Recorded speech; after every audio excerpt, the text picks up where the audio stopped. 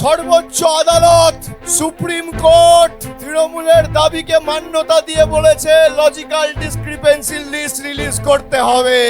বিজেপির এসআইআর এর খেলা শেষ। তৃণমূল কংগ্রেস বিকেলে ভোরের ফুল দেখতে পারে, কিন্তু আজকে সুপ্রিম কোর্টের এই রায়কে আমরা স্বাগত জানাচ্ছি। তৃণমূল কংগ্রেস বাইরে থেকেই যা শুরু করেছে, ভিতরে ঢুকলে কি করবে সেটা দেখা। এসআইআর করতেই হবে, নো এসআইআর নো ভোট। 2002 সালে যাদের নাম আছে তাদের নামে নোটিশ এসছে, তার থেকে হয়রানি করা হচ্ছে অযথভাবে। হ্যারাসমেন্ট করছে নির্বাচন কমিশন, হ্যারাসমেন্ট ছাড়া কি করছে? প্রতিবাদ আমাদের চলছে। একই কাণ্ড। বাংলায় এসআইআর সময় মতো হবে তো? স্পেশাল ইন্টেন্সিভ রিভিশন সময় মতো হবে তো? 14ই ফেব্রুয়ারি, আর এক মাসও নেই। আজকে 19 তারিখ হয়ে গেল। 14ই ফেব্রুয়ারির মধ্যে ভোটার তালিকা একবারে ফাইনাল করতে হবে নির্বাচন কমিশনকে। নির্বাচন কমিশনের টার্গেট তাই। কিন্তু আজকে লজিক্যাল ডিসক্রিপেন্সি তালিকা প্রকাশের নির্দেশ দিয়ে কি চাপে পড়ে গেল নির্বাচন কমিশন?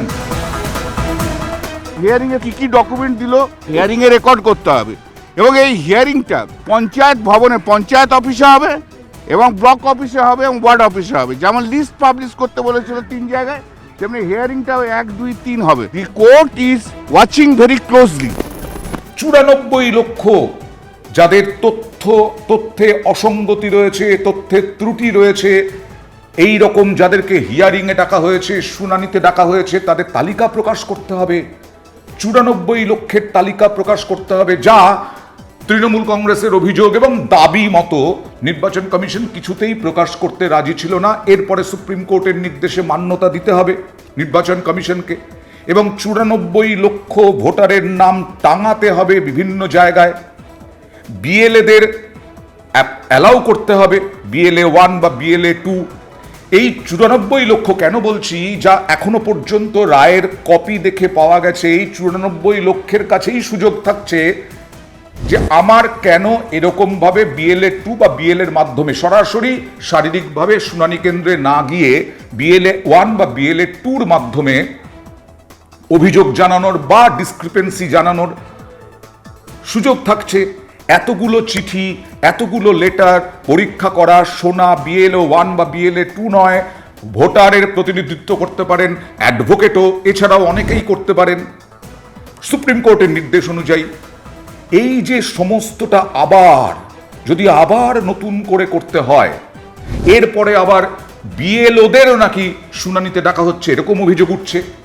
আপনি নির্বাচন কমিশন সরকারি অফিসার বা সরকারি কর্মচারীদের, তাদেরকে বা শিক্ষকদেরকে বিএলও নিযুক্ত করলেন, বুথ লেভেল অফিসার নিযুক্ত করলেন।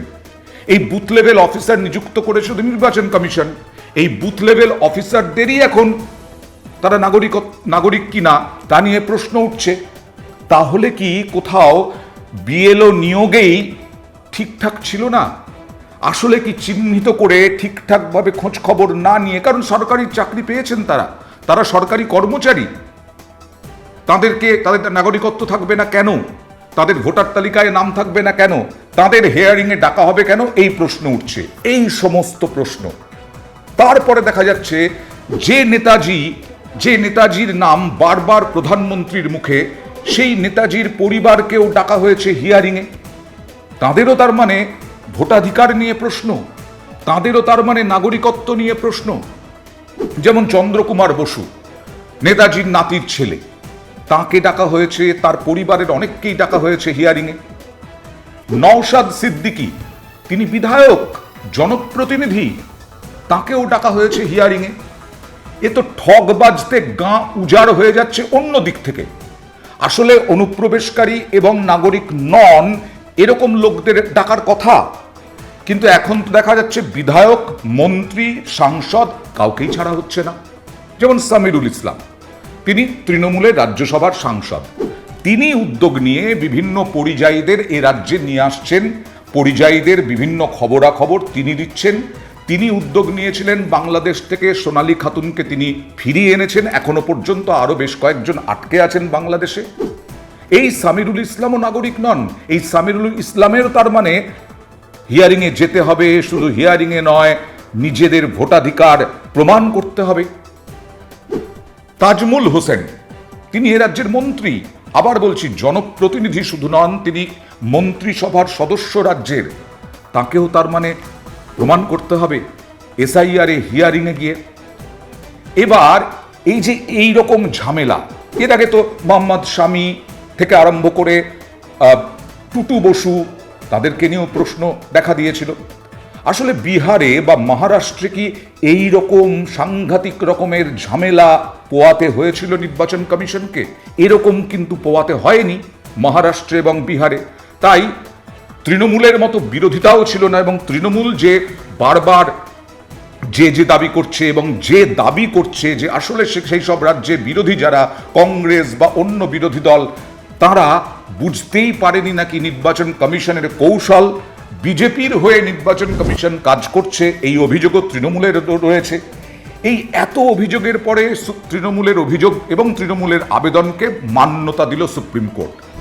তাহলে এই 94 লক্ষের তালিকা রাজ্য সরকার যদি ইনফ্রাস্ট্রাকচার দিয়ে দেয়, তাহলে panchayat office, block office, ward office, BDO office তো বটেই, এবং জানা যাচ্ছে এখনো পর্যন্ত স্কুলেও হিয়ারিং হতে পারে, শুনানি কেন্দ্র হতে পারে। তাহলে রাজনৈতিক দিক থেকে হাতিয়ার হিসেবে ব্যবহার করবে তৃণমূল। সে তো হলোই। 26-এর বিধানসভা নির্বাচনে আজকে থেকেই সুর একেবারে চড়াতে শুরু করেছেন অভিষেক বন্দ্যোপাধ্যায়। মমতা বন্দ্যোপাধ্যায় এর আগেই সুর চড়িয়েছেন।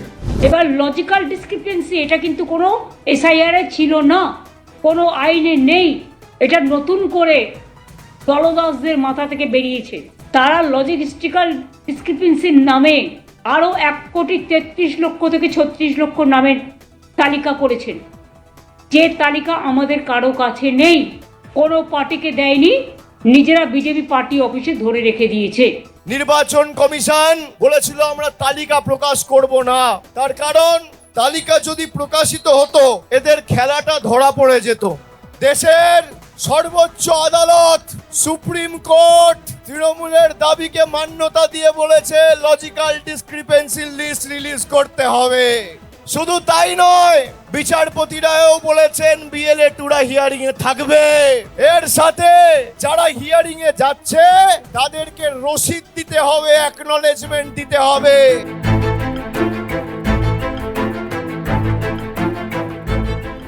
কিন্তু আসল প্রশ্ন হলো, এত কিছু ঝামেলার মধ্যে দিয়ে আবার নতুন করে বিএলওদের নির্দেশ, আবার নতুন করে বিভিন্ন জায়গা দেখা, বিভিন্ন জায়গায় বার্তা পাঠানো, বিভিন্নভাবে কি কি কাজ করতে হবে নির্বাচন কমিশন আবার নতুন করে কি কি করবে তার হিসেব কষা, এই সব করে কি 14ই ফেব্রুয়ারি, আবার বলছি আর মাত্র 1 মাসেরও অনেক কম সময়, সেই কম সময়ের মধ্যে সম্ভব এত কিছু করা? কারণ সুপ্রিম কোর্টের নির্দেশেই আছে যে বিএলএ 1 বা বিএলএ 2 তারাও প্রতিনিধিত্ব করতে পারবেন ভোটারদের যাদের লজিক্যাল ডিসক্রিপেন্সি বা তথ্যে অসঙ্গতি আছে। আর লজিক্যাল ডিসক্রিপেন্সি কি? আজকে নির্বাচন কমিশন দাবি করেছে সুপ্রিম কোর্টে যে নামের বানান ভুল নয়, তারা শুধু জন্ম মানে মা বাবার বয়স এবং ছেলের বয়সের মধ্যে 14-15 বছরের ফারাক থাকলে তখন তাকে হিয়ারিংয়ে ডাকা হচ্ছে, তা তো নয়। আমরাই তো ভুরি ভুরি অভিযোগ দেখিয়েছি যে নামের বানান ভুল শুধু নয়, অয়ন কুমার ভট্টাচার্য 2002-এ ছিল, আজকে আমার নাম হলো অয়ন ভট্টাচার্য, তাতেও হিয়ারিংয়ে ডাকা হচ্ছে। এছাড়াও 14-15 বছরের কম বয়স ফারাক যাদের, তাতেও বলেছেন বিচারপতিরা যে মশাই আপনারা এভাবে বলছেন কেন? পশ্চিমবঙ্গ শুধু নয়, গোটা ভারতে বাল্য বিবাহ প্রচলিত ছিল, এখনো নাবালিকা বিবাহ চলছে, তাহলে সেটা হতেই পারে। এই প্রশ্নটাও কিন্তু থেকে গেল। তাহলে 14-15 বছরের ফারাক থাকলেই হিয়ারিংয়ে ডাকা হবে, তাহলে এরকম যাদের ডাকা হয়েছে তারা আবার নতুন করে বিএলএ 1, বিএলএ 2 বা তাদের প্রতিনিধির মাধ্যমে অভিযোগ জানাতে পারবেন এবং তাদের ভোটার তালিকায় নাম তোলার দাবি করতে পারবেন।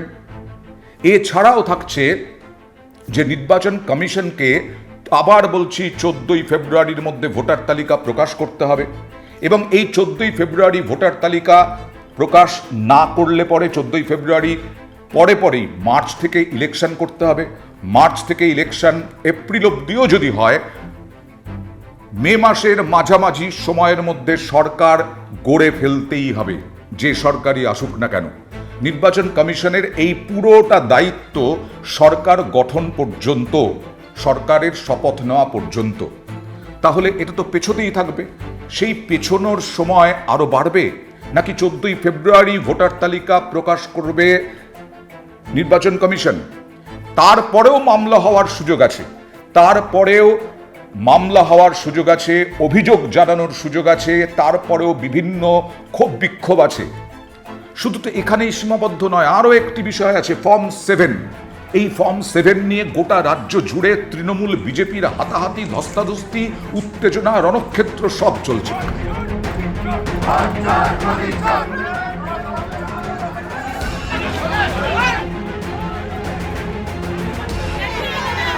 ফর্ম 7টা কি?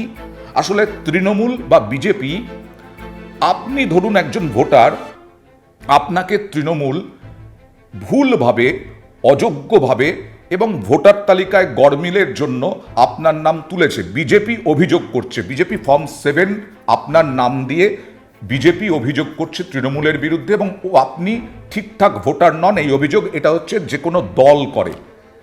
এবার ফর্ম 7 নিয়ে হাতাহাতি চলছে।